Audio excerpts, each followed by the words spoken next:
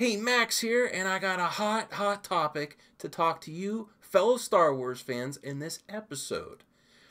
It does include updates on what's going on, and well, rumors and speculation updates on the Solo trailer, and with a video I was preparing ahead of that was, should we rant? If we're upset about a situation, should we speak out? And that is a controversial subject, and I believe it is a hot topic. But before that, I want to get to the disclaimer. This video contains rumors, speculation, and strong opinions, and spoilers for The Last Jedi, because I'm probably going to get into that. It happens, you know. But I think if you're watching this video, you've already seen it. But first, let's go on to the update of the Solo trailer. Where is it?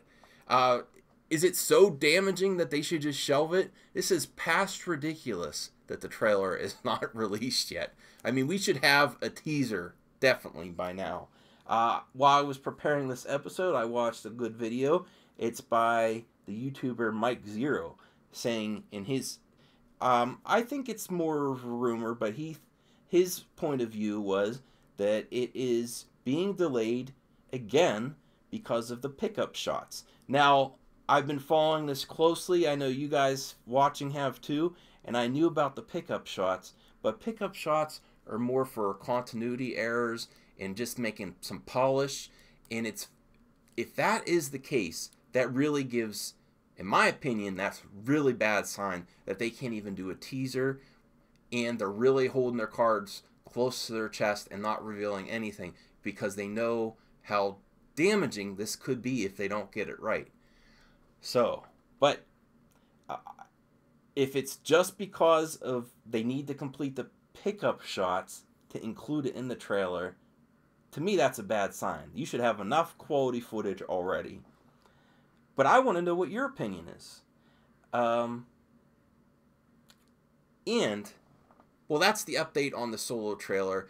I was really expecting it to debut on Friday and then Monday, and then now there's reasons to be expecting this with Ron Howard's tweet that you should get the trailer soon, and then there were plenty of news articles saying that it was going to be released. So I mean, those were all rumors, and we talk about rumors here, but based even on the director, Ron Howard, we should have had this teaser trailer by now. Let me know your thoughts. But let's get on to the main, well, another part of this video, and it's about ranting.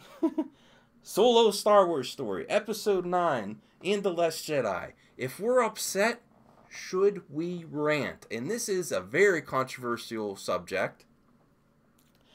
I definitely think we should. I think it's very important. And I'm going to get on to 5 points where I think it is very necessary to rant. And really give points of view where if you're not happy. Because it's important stuff. Star Wars is important to me. Let me know what you think. But, first point, number 5. Disney damage control is making it seem like we don't exist. Many entertainment news articles dismissing audience opinions. And you wouldn't know from our privileged representation in the movie review community on YouTube that they are so pandering to both sides. It's sickening to me. There is too much pressure not to upset Disney.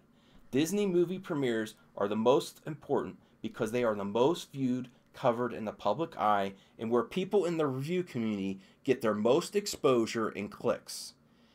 I have said it before, just like people in Hollywood knew not to upset Harvey Weinstein, and I'm not saying they knew the extent of what dirty deeds he was doing, but you know, everyone in the community knows you do not upset Disney. And if you disagree with me there's just so much in a history of rumors of how Disney handles things. You do not want to upset them. Especially if your main draw is to have access to this stuff. How many people on YouTube talk about review embargoes and then the flood of videos? Can you imagine if you weren't part of that? It's real pressure, and it should not be discarded.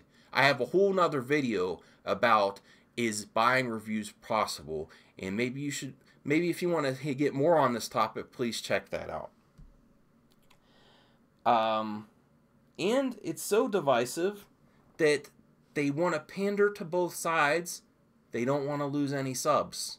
That is also a concern for YouTubers out there. Now, me personally, you know, I'm not too concerned with you follow me on social media.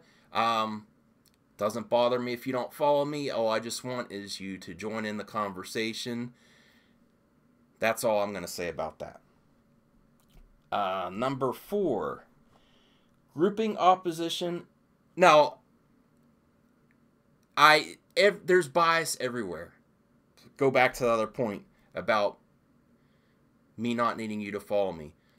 I'm not saying I'm completely unbiased. It's probably impossible, okay? But I don't need anyone to follow me and put that pressure there. I want to be as unbiased as possible. That's my goal with these videos, and to talk to you fellow fans. That's all I want to do. It's impossible to be completely unbiased, but to dismiss it, that's where I have a problem with. All right, now getting back to number 4. Grouping opposition and generalizing into racist, male chauvinists, and fanboy neckbeards. Man, have I been called that so many times in the comments these last couple weeks. This is why I'm loudest. And how dare they just lump together people and be so dismissive of problems with this film and this franchise under Disney and Kathleen Kennedy. Well, the review community, personal opinion, is pandering to Disney. You don't want to upset Disney. So this is why I make these videos. Because if we're not loud enough, they're just grouping us and being dismissive of us. So it is important. Okay, and on to number 3. It is not just a movie. It's a fandom. They expect so much of fans in their pocketbooks. We deserve to be heard, and characters should be treated with respect. They claim bold new direction, when the reality is they had Ryan write The Last Jedi before completion of The Force Awakens. They did not do rewrites or make the trilogy flow better. And the difference of directors and directions is like 2 different movie series. It's like episode 8 in an alternate universe. And that's why you get Jake Skywalker. Acting like if you don't like it and you don't understand or can't, or you just don't understand and you cannot accept change. That is not the case. I'm just not a fool. Falling for marketing spin so they didn't have to do hard work and develop our characters and our story. Or if you want to focus on the new ones, don't exploit fans that want to see their favorites on screen just to kill all of them off, making it Rey, Kylo, Finn, and Poe's story without linking them to the Skywalkers or Solos. So if you want to do a trilogy where the focus is on new characters, don't exploit fans wanting to see their favorites. You used the original characters just to get people in the seats. And then you kill them off because there's money involved. I'm going to do another hot topic again about toy sales and why they're so important and why it's driving what they're doing. So I'm going to work on that for later in the week.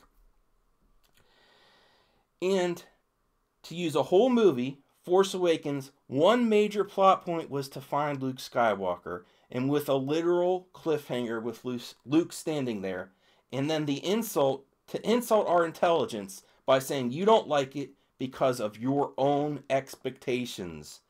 No way. You exploited fans wanting to see a proper Luke Skywalker, waiting another 2 years to see a follow-up on a cliffhanger. That was one of it was an opening crawl. It was at the beginning and the end of The Force Awakens. Baloney. That's not our expectations. That's what they led us to.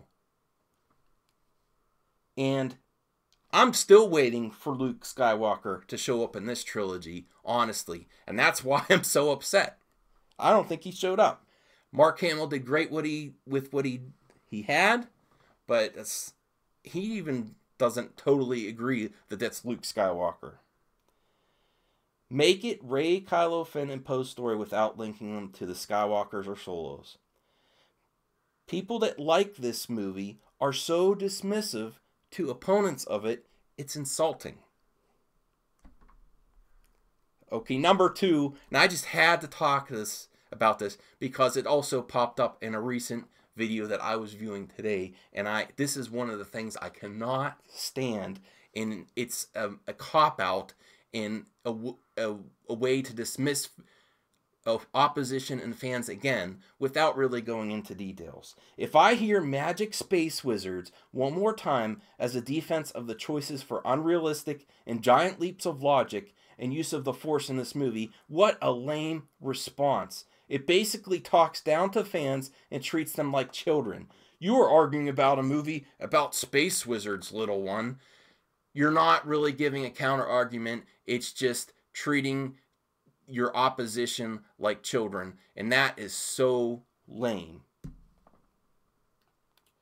And you can't explain it either.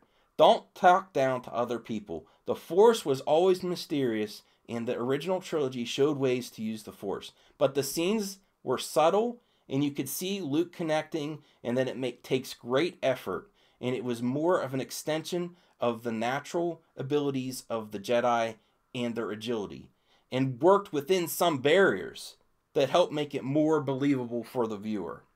Whereas The Last Jedi has giant leaps of logic and superpowered where it takes viewers out of the story, everyone becomes a superhero and is not nearly as believable. And in my opinion, Rian used superpowered Force abilities as a crutch for weak storytelling and character development.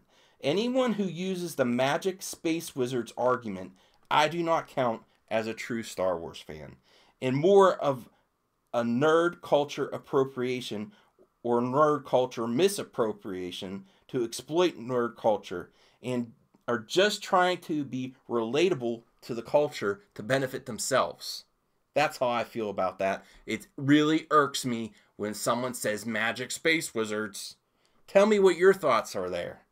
And then the number one reason I make videos, and I encourage all of you other ones out there to be loud as possible for our complaints about The Last Jedi in the movie universe. Be loud as possible, because I am first a YouTube viewer. I've been supporting all these YouTube movie reviewers for years, since the AMC days. And if you are quiet, all the news will be is that Disney spins it in the entertainment news, and that we are racist fanboy neckbeards, and I have had enough.